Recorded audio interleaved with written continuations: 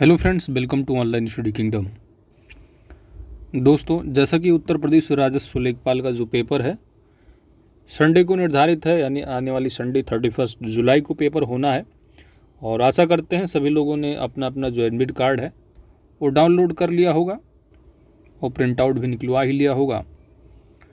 तो गर्ल्स का तो जो जितने भी सेंटर निर्धारित किए गए हैं, अगर होम टाउन में है तो होम टाउन में ही सेंटर होगा।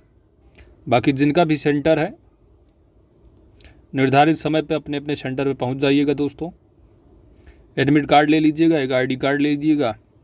एडमिट कार्ड में फ़ोटो वगैरह होगा ही, तो फ़ोटो लिए रहिएगा, बाकी कोई ज़रूरत नहीं पड़ेगी। तो एक एडमिट कार्ड और 2 फ़ोटो ले लीजिएगा, आईडी कार्ड ले लीजिएगा। और पेन आपको जो लेना है ब्लैक पेन, वो गोला भरने वाली ही लीजिएगा। तो परसों पेपर है 31 जुलाई को। तो जिनका दूर सेंटर है, क्योंकि बरसात का भी मौसम है, तो कोशिश कीजिएगा कि सेंटर पर जो है एक दिन पहले ही पहुंच जाएं, आसपास जो है सेंटर की, ठीक है, ताकि पेपर के दिन जो है बिल्कुल रिलैक्स फील होके जाएं। और लग रहा होगा कि अभी कुछ तैयार नहीं है, तो एग्ज़ाम के समय ऐसा होता है, कोई भी एग्ज़ाम हो डर लगा रहता है, खासकर जो अच्छी खासी मेहनत किए होते हैं। तो डर लगने का मतलब स्वाभाविक सा है कि आपने तैयारी पूरी की है, वो सभी के साथ होता है। तो उस डर को अपने ऊपर हावी नहीं होने देना है, बिल्कुल रिलैक्स होकर के एग्ज़ाम देना है। जितना आप रिलैक्स रहेंगे उतना अच्छा पेपर होना। सोना बहुत ज़रूरी है, कम से कम 7-8 घंटे सो लीजिएगा आराम से। और इस समय जो भी 2 दिन बचे हैं आपके पास, आज और कल मिला करके जो भी टाइम है, इसमें आपको उन्हीं चीज़ों को रिवाइज करना है जो आप अपने पास नोट रखे हो। फालतू जो है अपना टाइम बर्बाद नहीं करना है। किसी भी नई चीज़ को बिल्कुल नहीं पढ़ना है, क्योंकि पेपर का इतना हवा जो बनाया गया है, पेपर बिल्कुल मॉडरेट होगा जब 31 जुलाई को जो पेपर आने वाला है आप। और ग्राम समाज के लिए इतना हवा बना दिया गया है कि पूछो मत। तो दोस्तों, जितना भी कराया गया, यदि आपने उसको अच्छे से कर लिया होगा तो 1 जुलाई को जो पेपर आने वाला है, पेपर अच्छा ही होगा। तो बस बिल्कुल रिलैक्स होकर के पेपर देने जाना है, ठीक है। तो जो भी आपके पास नोट हो, आप उन्हीं चीज़ों को रिवाइज़ कीजिए, अपना टाइम और बर्बाद मत कीजिएगा। और नई चीज़ को बिल्कुल नहीं पढ़ना है, क्योंकि जीके में 25 नंबर का पूछा जाएगा, 25 प्रश्न जीके से आने। लूसेंट भी आपने कर लिया होगा अच्छे से, तो आपका काम वहीं से चल जाएगा, या घटना चक्र आपने कवर कर लिया हो। और ग्राम समाज के लिए जो भी प्रैक्टिस सेट कराए गए हैं, प्लस घटना चक्र, और साथ ही साथ ग्राम समाज में यूपी से संबंधित तथ्य तो आने ही आने हैं। तो यूपी ग्रामीण जानकारी, खासकर जो ग्राम पंचायत से है, आपका 1 से 2 प्रश्न तो देखने को मिलेगा। तो सबसे ज़्यादा डर ग्राम समाज में ही लग रहा होगा, जो कि आपसे 25 प्रश्न में देखेंगे, ज़्यादा से ज़्यादा 15 प्रश्न आपको देखने को मिलेगा। तो जो भी घटना चक्र कराया गया है, नोट टेलीग्राम पर डाल भी दिया गया है PDF, तो उन्हीं को अच्छे से रिवाइज कीजिएगा।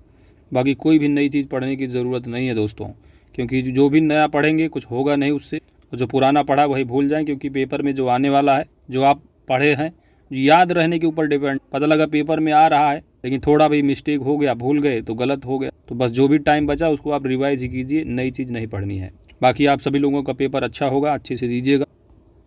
बाकी जो भी बातें हैं 31 जुलाई को शाम को बात की जाएगी। तो बाकी बस इतना ही ध्यान देना है दोस्तों। बाकी यहाँ पर 20 प्रश्न को देखना है। तो आप यहाँ पर देखते हैं 20 प्रश्न उत्तर प्रदेश करंट अफेयर्स को। अगर आपके पास टाइम हो तो देख सकते हैं, वरना आप अपने नोट को ही रिवाइज कीजिएगा। तो जिनको देखना है 20 प्रश्न, यहाँ पर आइए, हम लोग 20 प्रश्न कवर करेंगे उत्तर प्रदेश करंट अफेयर्स को। बाकी सभी को ऑल द बेस्ट दोस्तों। पेपर अच्छा होगा भाई, बिल्कुल रिलैक्स होके जाना है, जो भी पढ़ा है उसी को रिवाइज करके। पहला प्रश्न दिया है कि फरवरी 2022 में उत्तर प्रदेश के निर्मित किस उत्पाद को न्यूयॉर्क में लॉन्च किया गया है? कहाँ? न्यूयॉर्क में। यहाँ पर सही जवाब बन जाएगा ऑप्शन ए, इत्र। तो 14 फरवरी 2022 को वैलेंटाइन डे पर जो है न्यूयॉर्क में जो है रणधीर जायसवाल के द्वारा लॉन्च किया गया है। इत्र कंपनी का नाम रहा है जिगराना, और इस कंपनी की जो संस्थापक हैं वह विकास खन्ना बाय जिगराना है। संबंधित तथ्य है कि यह पहली बार है जब उत्तर प्रदेश के कन्नौज का इत्र न्यूयॉर्क में लॉन्च किया गया है। इस इत्र में लौंग, इलायची, जायफल, चंदन, चमेली और गुलाब जैसी सामग्रियों का अनूठा मिश्रण है। और उत्तर प्रदेश स्पेशल में आप पढ़ते हो कि इत्र के लिए जो फेमस आपका डिस्ट्रिक्ट है, इत्र के लिए जो जाना जाता है वह कन्नौज को। ठीक है। अगला प्रश्न है कि फरवरी 2022 में भारत की किस डॉक्यूमेंट्री फीचर फिल्म को ऑस्कर 2022 के लिए नॉमिनेट किया गया है? सही जवाब है option B, writing with fire. Bharat की डॉक्यूमेंट्री फीचर फिल्म है ये राइटिंग विद फायर। इसके निर्देशक रिंटू थॉमस और सुस्मित घोष हैं और यह एक भारतीय डॉक्यूमेंट्री फिल्म है जो रिंटू थॉमस और सुस्मित घोष द्वारा निर्देशित, जो कि दलित महिलाओं के नेतृत्व वाले समाचार पत्र खबर लहरिया चलाने वाले पत्रकारों के बारे में है। इसका संचालन सिर्फ दलित महिलाएं करती हैं। समाचार पत्र का जो प्रकाशन है वह वर्ष 2002 में बुंदेलखंडी भाषा में शुरू हुआ। इसके बाद यह वर्ष 2015 में बंद हो गया। इसका प्रकाशन उत्तर प्रदेश के चित्रकूट से किया जाता था। अन्य महत्वपूर्ण तथ्य यह है कि राइटिंग विद फेयर जो डॉक्यूमेंट्री फिल्म जो कि दलितों पर आधारित है, यह वर्तमान में खबर लहरिया का प्रकाशन मोबाइल पोर्टल पर किया जाता है। खबर लहरिया 8 पन्नों का अखबार था जिसमें महिला पत्रकार बदलती समाज, भ्रष्टाचार, सरकार की अधूरीवाद, महिलाओं और गरीबों से जुड़े मुद्दों को उठाती थीं। अच्छा, यहाँ पर एक बात ध्यान देनी है, जो 750 MCQ कराया गया एडिटोरिया में, जहाँ पर प्रश्न संख्या 6 रहा है पहले सेट का, वहाँ पर जो इसका आंसर है कि ड्रोन नीति, याद रखना वहाँ पर थोड़ा शायद मिस्टेक है। ड्रोन नीति 2022 को लागू करने वाला जो पहला राज्य है वो हिमाचल प्रदेश है। दोस्तों ध्यान दीजिएगा। फरवरी 2022 में किस राज्य की झांकी को गणतंत्र दिवस परेड 2022 की सर्वश्रेष्ठ झांकी के रूप में घोषित किया गया है? तो यह है उत्तर प्रदेश की झांकी को। ऑप्शन यहाँ डी सही जवाब होगा। ऐसे प्रश्न आप कई सेट में लगा चुके हैं। तो पहले स्थान पर सबसे झांकी पुरस्कार प्राप्त उत्तर प्रदेश रहा है, दूसरे पर कर्नाटक, तीसरे पर मेघालय रहा।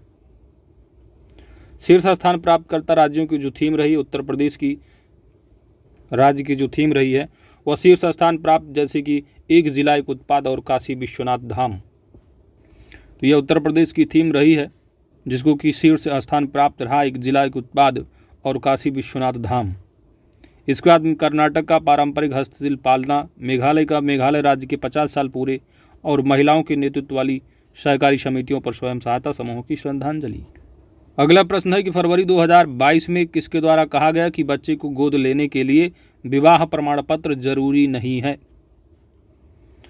यह है इलाहाबाद हाई कोर्ट। ऑप्शन यहाँ डी सही जवाब होगा। तो हाई कोर्ट की टिप्पणी है, याद रखिएगा, इलाहाबाद हाई कोर्ट की बच्चों को गोद लेने के लिए विवाह प्रमाण पत्र की आवश्यकता नहीं है। याचिकाकर्ता ट्रांसजेंडर और उनके साथी रीना किन्नर की वाद पर जो है ये टिप्पणी की गई है। याचिकाकर्ता जो था वो बच्चे को गोद लेना चाहते थे, एक ट्रांसजेंडर और उसके साथी रीना किन्नर। ठीक है। तो इसमें याचिकाकर्ता जो रहे बच्चे को गोद लेना चाहते थे, लेकिन उन्हें जो है विवाह प्रमाण पत्र जो है प्रस्तुत करने के लिए कहा गया जो उसके पास नहीं था। तो इसलिए हाई कोर्ट की टिप्पणी है कि बच्चों को गोद लेना है तो उसके लिए विवाह प्रमाण पत्र की ज़रूरत नहीं है। और उपरोक्त जो भी टिप्पणी की गई इस मामले में इलाहाबाद हाई कोर्ट ने हिंदू दत्तक और भरण पोषण अधिनियम 1956 के तहत कहा कि एकल माता पिता भी बच्चे को गोद ले सकते हैं। अगला प्रश्न है कि फरवरी 2022 में उत्तर प्रदेश के किस विश्वविद्यालय के छात्रों के द्वारा स्वदेशी इंटरनेट सर्च इंजन विकसित किया गया है? यहाँ पर सही जवाब होगा ऑप्शन बी, छत्रपति साहू जी महाराज यूनिवर्सिटी। तो विकसित जो किया गया फरवरी 2022 में सर्च इंजन का नाम है भारत सर्च। विकसितकर्ता कंपनी भारत टेक है। कंपनी के संस्थापक भारत टेक के तुषार त्रिवेदी हैं। संबद्ध विश्वविद्यालय छत्रपति साहू जी महाराज विश्वविद्यालय कानपुर, संबद्ध राज्य उत्तर प्रदेश। अन्य महत्वपूर्ण तथ्य है कि सर्च इंजन एक प्रोग्राम है। सर्च इंजन एक प्रोग्राम है जो एक डेटाबेस में उपयोगकर्ता द्वारा जो भी एंटर किया जाता है निर्दिष्ट की वर्ड या वर्णों से मेल खाते हुए विषय की खोज करता है और उन्हें पहचानता है। इसका उपयोग विशेष रूप से वर्ल्ड वाइड वेब WWW पर विशेष रूप से साइटों को खोजने के लिए किया जाता है। सर्च इंजन नाम क्या है? भारत सर्च। डेवलप किसने किया? भारत टेक ने। यूनिवर्सिटी याद रखिएगा कानपुर वाली, छत्रपति। अगला है कि फरवरी 2022 में पुरातत्व विभाग के द्वारा मणि पर्वत के जीर्णोद्धार एवं सौंदर्यीकरण का कार्य शुरू किया गया है। यह मणि पर्वत कहाँ पर स्थित है? मणि पर्वत। तो मणि पर्वत की जो लोकेशन है यहाँ अयोध्या में। ऑप्शन यहाँ डी सही जवाब है। मणि पर्वत के संरक्षण हेतु 45 लाख रुपये जो है आवंटित किया गया है। और जीर्णोद्धार जो चरण है वो पहले चरण में पर्वत के गर्भगृह की ओर जाने वाली सीढ़ियों पर मिर्जापुर के लाल पत्थरों को लगाया जाएगा। दूसरे चरण में मंदिर के मुखद्वार से लेकर अन्य परिसर में मरम्मत का कार्य किया जाएगा। संबंधित तथ्य यह है मणि पर्वत से कि वर्ष 1902 ईस्वी में अयोध्या धाम के ऐतिहासिक और पौराणिक स्थलों के संरक्षण के लिए एडवर्ड तीर्थ विवेचनी सभा का गठन किया गया था। इसके तहत 148 स्थानों को चिन्हित किया गया था जिसे भविष्य में संरक्षित किया जा सके। तो मणि पर्वत लोकेटेड कहाँ? अयोध्या, याद रखिएगा। अगला प्रश्न है कि फरवरी 2022 में उत्तर प्रदेश के किस अभ्यारण्य को रामसर स्थल की सूची में शामिल किया गया है? तो 47 रहे, 48, 49, 48 बखीरावन जीव, ठीक है, 49 है वर्तमान में। तो 48 आपका खिजड़िया वाला रहा, 49वां जो है बखीरावन जीव यूपी का रहा है। तो यहाँ पर जो है आपका डी यहाँ पर सही जवाब बन जाएगा, ऑप्शन डी बखीरावन जीव अभ्यारण्य।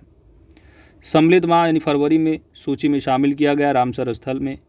और जो आपका वखीरा वन्य जीव है ये संत कबीर नगर में लोकेटेड है, याद रखिएगा। और सबसे ज़्यादा जो है 49 है पूरे इंडिया में, सबसे ज़्यादा यूपी में है, टोटल 10 हैं। उन 10 की लिस्ट यहाँ पर आप देख सकते हैं। उत्तर प्रदेश में रामसर स्थलों की जो सूची है, ऊपरी गंगा नदी जो कि बसघाट से नरौरा खिंचाव के बीच, नवाबगंज पक्षी अभ्यारण्य जो कि उन्नाव में है, और साणी पक्षी अभ्यारण्य हरदोई का, शमसपुर पक्षी अभ्यारण्य रायबरेली, शमन पक्षी विहार अभ्यारण्य मैनपुरी है, पार्वती अर्गा पक्षी अभ्यारण्य गोंडा का है, सरसई नावर झील इटावा का, इसके बाद सरोवर या कीथम झील जो कि आगरा में है, और हैदरपुर वेटलैंड्स, और 10वां है बखीरा वन्यजीव अभ्यारण्य संत कबीर नगर।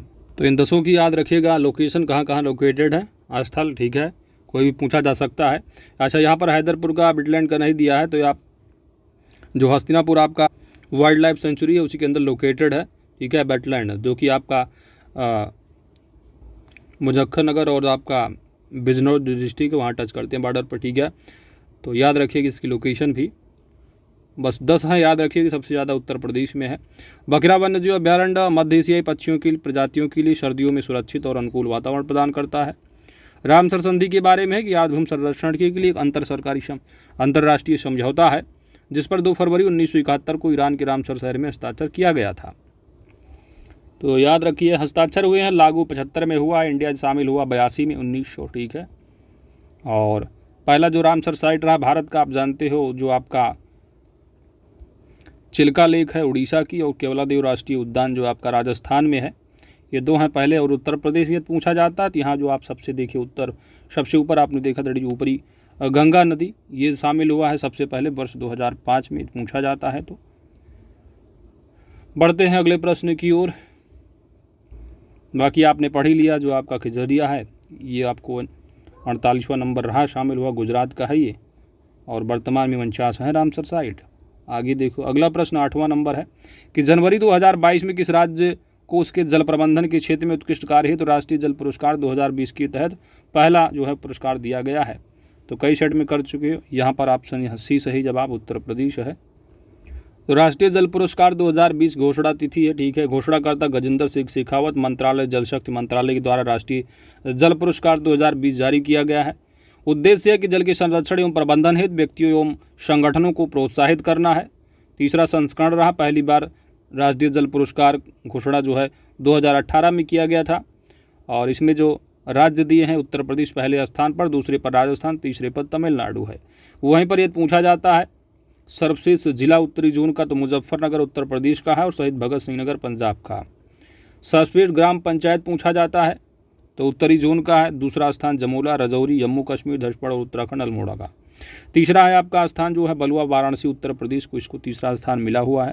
तो याद रखिए राष्ट्रीय जल पुरस्कार 2020 के हिसाब से अगर पूछा जाता है ग्राम पंचायत, तो यह वाराणसी का है तीसरे नंबर पर। सर्वश्रेष्ठ शहरी स्थानीय निकाय है तो गुवाहाटी गुजरात का है। वहीं पर सर्वश्रेष्ठ स्कूल अगर पूछा जाता है राष्ट्रीय जल पुरस्कार 2022-20 के हिसाब से, तो आपको राजकीय कन्या उच्च माध्यमिक स्कूल कावेरी पट्टनम तमिलनाडु को लगाना होगा। अन्य महत्वपूर्ण तथ्य, जैसे लेखपाल का पेपर यूपी का ही पूछ लेगा, बस और कुछ नहीं पूछेगा। अन्य महत्वपूर्ण तथ्य देख लीजिए, जो कि ये सब कुछ नहीं पूछा जाने वाला है। आइए अगले प्रश्न को देख लेते हैं। अगला प्रश्न है कि जनवरी 2022 में उत्तर प्रदेश के कितने शहरों को 75 इलेक्ट्रिक बसों के संचालन के लिए चुना गया है? 75 इलेक्ट्रिक बसों के संचालन के लिए उत्तर प्रदेश के कितने शहरों को तो ये 7 शहर। ऑप्शन यहाँ डी सही जवाब होगा। संचालन हेतु लोकार्पण जो किया गया है लखनऊ से उत्तर प्रदेश के मुख्यमंत्री योगी आदित्यनाथ के द्वारा। संचालन हेतु जो शहर चुने गए हैं ये मेरठ है, आगरा है, 7 जिलों में। तो मेरठ, आगरा, मथुरा, वृंदावन, अलीगढ़, बरेली, शाहजहांपुर और मुरादाबाद 7 जिले हैं। जनवरी 2022 में मेजर ध्यानचंद खेल विश्वविद्यालय का शिलान्यास कहाँ पर किया गया है? तो कई सेट में कर चुके हो, ये मेरठ है। ऑप्शन यहाँ डी सही जवाब होगा। उत्तर प्रदेश का पहला खेल विश्वविद्यालय का शिलान्यास 2 जनवरी 2022 को मोदी जी के द्वारा मेरठ जनपद में किया गया है। इस विद्यालय का नाम मेजर ध्यानचंद खेल विश्वविद्यालय होगा। निर्माण की जो लागत है वो 700 करोड़ रुपए है और यह लगभग जो है 92 एकड़ क्षेत्रफल में फैला हुआ है। यह राज्य का पहला खेल विश्वविद्यालय है। राज्य का पहला खेल विश्वविद्यालय। इस विश्वविद्यालय में खेल, खेल विज्ञान तथा खेल प्रौद्योगिकी के विभिन्न पाठ्यक्रमों के साथ प्रशिक्षण एवं शोध कार्य को संचालित किया जाएगा। इस विश्वविद्यालय में 1000 से अधिक खिलाड़ियों को एक साथ प्रशिक्षण भी दिया जाएगा। कितना? याद रखिएगा सीटों, कितना सीटें हैं? तो 1000 खिलाड़ियों से अधिक की यहाँ पर बात की गई है। नोट क्या है कि देश की पहली नेशनल स्पोर्ट्स यूनिवर्सिटी वर्ष 2018 में, देश की पहली जो नेशनल स्पोर्ट्स यूनिवर्सिटी है 2018 में मणिपुर राज्य में स्थापित की गई थी। अगला है आपका दिसंबर 2021 में मां शाकंभरी विश्वविद्यालय का शिलान्यास उत्तर प्रदेश के किस जिले में किया गया है? तो मां शाकंभरी मेला भी लगता है, आप कई बार एग्जाम में यूपी जीके में कवर कर चुके होंगे, जो कि सहारनपुर डिस्ट्रिक्ट से संबंधित है। तो ऑप्शन यहाँ पर आपका यही सही जवाब बनेगा, आपका सहारनपुर, ऑप्शन सी। मां शाकंभरी विश्वविद्यालय का शिलान्यास 2 दिसंबर 2021 को अमित शाह जी के द्वारा किया गया है। सहारनपुर कौन सा गांव है? पुआर का गांव में। निर्माण क्षेत्रफल जो है वो लगभग 51 एकड़ में फैला है और 18 माह में जो है पूर्ण किया जाएगा, टारगेट है। इस विश्वविद्यालय के निर्माण हेतु तो पहले चरण में लगभग 0.4 करोड़ रुपए की राशि स्वीकृत की गई। इसके निर्माण से सहारनपुर मंडल के तीनों जनपद दैट इज मुजफ्फरनगर, सहारनपुर और शामली के 264 महाविद्यालय जो है इससे संबद्ध किए जाएंगे। अगला 12 नंबर प्रश्न है कि नवंबर 2021 में एशिया के सबसे बड़े एयरपोर्ट का उद्घाटन कहां पर किया गया है? तो यह गौतम बुद्ध नगर में। ऑप्शन यहाँ बी सही जवाब है, गौतम बुद्ध नगर जेवर। एशिया के सबसे बड़े एयरपोर्ट का उद्घाटन 25 नवंबर 2021 को प्रधानमंत्री नरेंद्र मोदी के द्वारा जेवर गौतम बुद्ध नगर में किया गया है। अन्य महत्वपूर्ण तथ्य है इससे कि यह जो एयरपोर्ट है विश्व का चौथा सबसे बड़ा एयरपोर्ट होगा, उत्तर प्रदेश का 5वां एयरपोर्ट होगा। इसके अलावा दिल्ली एनसीआर में इंदिरा गांधी इंटरनेशनल एयरपोर्ट के बाद यह दूसरा अंतर्राष्ट्रीय हवाई अड्डा भी होगा। इसको ज्यूरिख एयरपोर्ट इंटरनेशनल द्वारा तैयार किया जा रहा है। अगला प्रश्न है नवंबर 2021 में आयोजित राष्ट्र रक्षा समर्पण पर्व का जो आयोजन है वो कहाँ पर किया गया है? यहाँ पर सही जवाब बनेगा ऑप्शन डी, झांसी में। कहाँ? झांसी। किसके द्वारा उद्घाटन? राजनाथ सिंह जो कि रक्षा मंत्री। अगला है आपका इस अवसर पर यूपी डिफेंस इंडस्ट्रियल कॉरिडोर के झांसी नोड पर भारत डायनामिक्स लिमिटेड की 400 करोड़ रुपए की लागत परियोजना का शिलान्यास भी किया गया।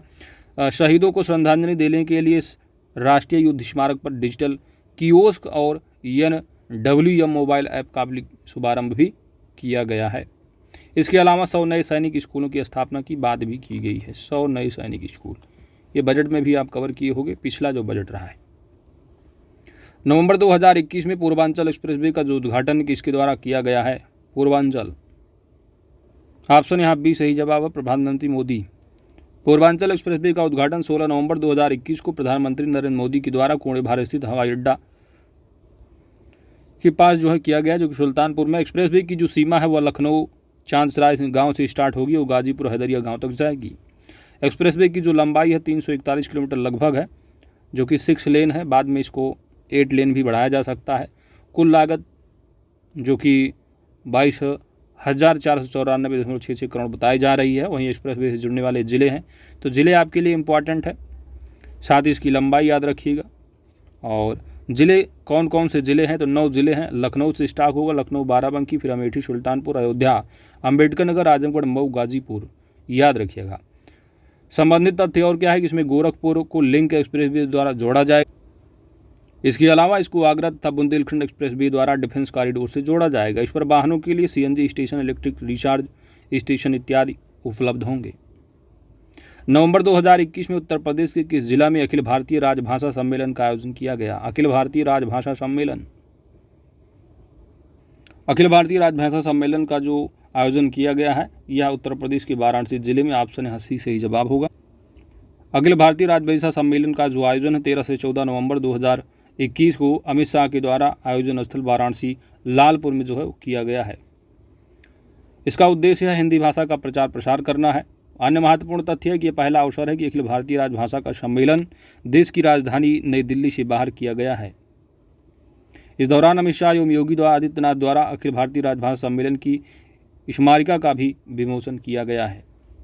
अगला प्रश्न नंबर 16 है कि नवंबर 2021 में नीति आयोग द्वारा जारी बहुआयामी गरीबी सूचकांक के अनुसार सर्वाधिक गरीब राज्यों में उत्तर प्रदेश का जो स्थान है वह कौन सा है? जो उत्तर प्रदेश का जो स्थान है बहुआयामी गरीबी सूचकांक में, यह तीसरा ऑप्शन है। ऑप्शन यहाँ पर बी सही जवाब होगा।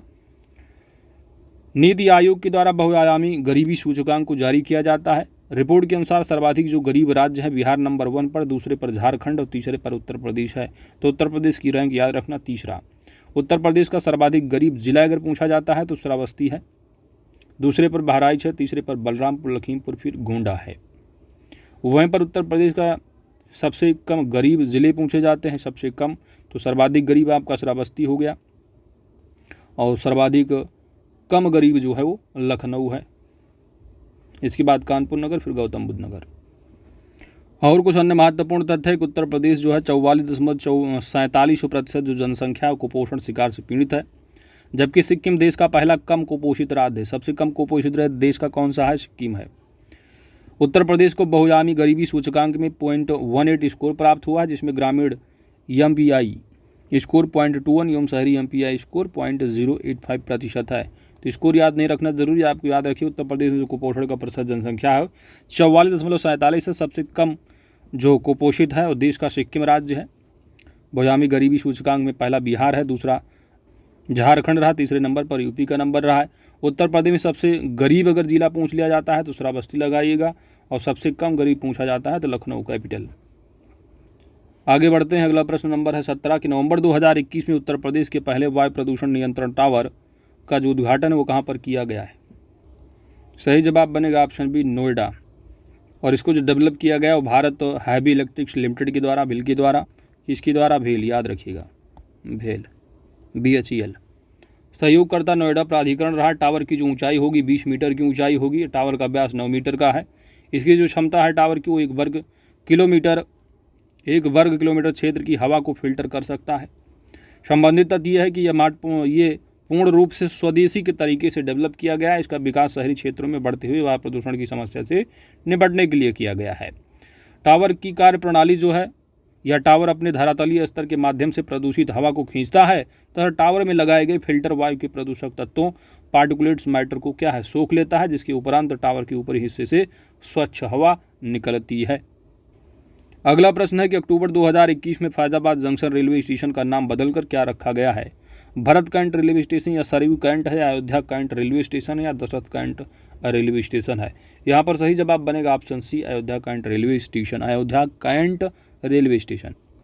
इसके अलावा और कुछ ध्यान देना है कि जो मुगल सराय रेलवे स्टेशन रहा इसका नाम बदलकर दीनदयाल उपाध्याय रेलवे स्टेशन, और इलाहाबाद जंक्शन का नाम बदलकर प्रयागराज जंक्शन कर दिया गया है।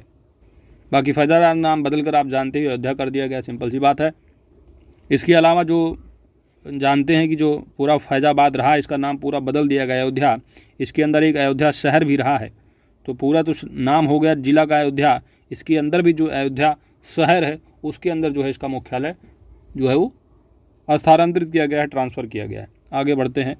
अगला प्रश्न है, अक्टूबर 2021 में प्रधानमंत्री नरेंद्र मोदी द्वारा उत्तर प्रदेश के किस जिले में एक अंतर्राष्ट्रीय हवाई अड्डे का उद्घाटन किया गया है? तो यह कुशीनगर अंतर्राष्ट्रीय हवाई अड्डा। ऑप्शन यहाँ पर आपका डी सही जवाब बन जाएगा। उद्घाटन तिथि 20 अक्टूबर 2021 मोदी के द्वारा कुशीनगर जिला में। कुशीनगर, अयोध्या और नोएडा अंतर्राष्ट्रीय हवाई अड्डे के बाद तीसरा अंतर्राष्ट्रीय हवाई अड्डा है।